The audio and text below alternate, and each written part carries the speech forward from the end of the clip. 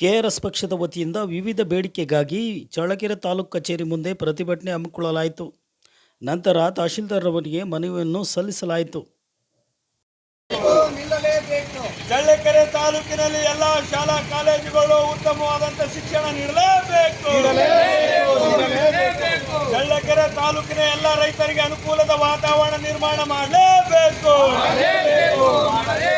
ರೈತರು ಕಟ್ಟಿದಂತ ಇನ್ಶೂರೆನ್ಸ್ ಹಣ ಬೇಗನೆ ಶೀಘ್ರವಾಗಿ ಬಿಡುಗಡೆ ಆಗಲೇಬೇಕು. ರೈತರು ಕಟ್ಟಿದ ಇನ್ಶೂರೆನ್ಸ್ ಹಣ ಬಿಡುಗಡೆ ಆಗಲೇಬೇಕು.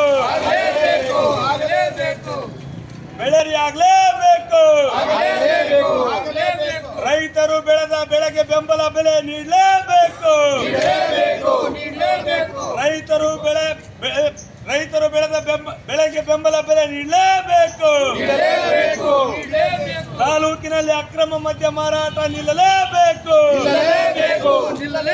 ರೈತರ ಪಂಪ್ ಸೆಟ್ಗಳಿಗೆ 7 ತಾಸು ಕರೆಂಟ್ ನೀಡಲೇಬೇಕು. ರೈತರ ಪಂಪ್ ಸೆಟ್ಗಳಿಗೆ 7 ತಾಸು ಕರೆಂಟ್ ನೀಡಲೇಬೇಕು.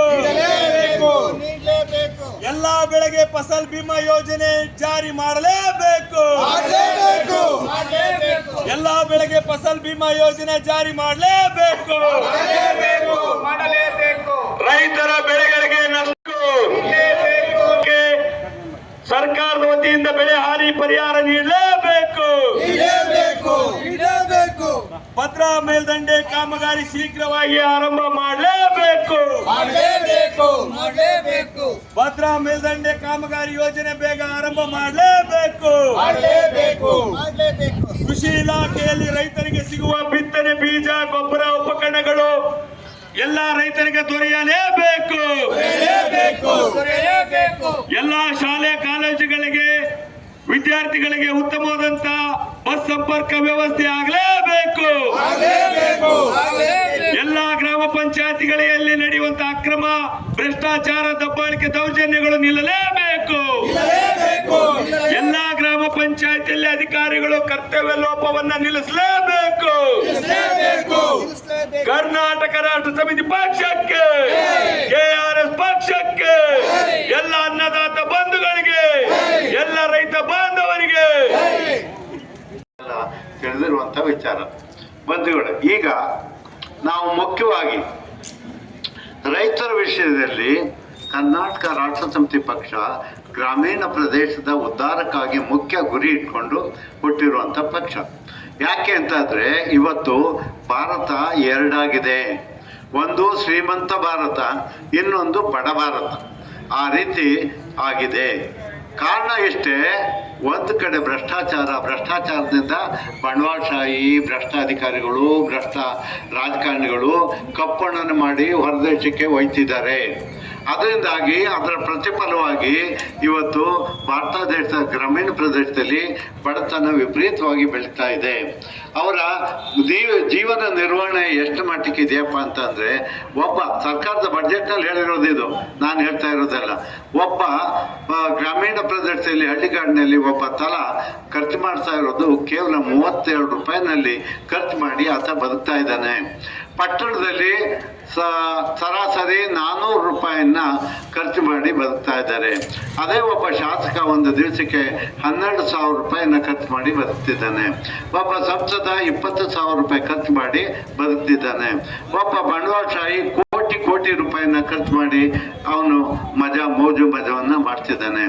ಈ ರೀತಿ ಭಾರತ ದೇಶದಲ್ಲಿ ಒಂದು ಅನಾಗರಿಕವಾದಂಥ, ಒಂದು ಅಸಾಮಾನ್ಯವಾದಂಥ ಸಾಮಾಜಿಕ ಮತ್ತು ಆರ್ಥಿಕ ರಾಜಕೀಯ ಅವ್ಯವಸ್ಥೆ ತುಂಬಿ ತುಳುಕ್ತಾ ಇದೆ.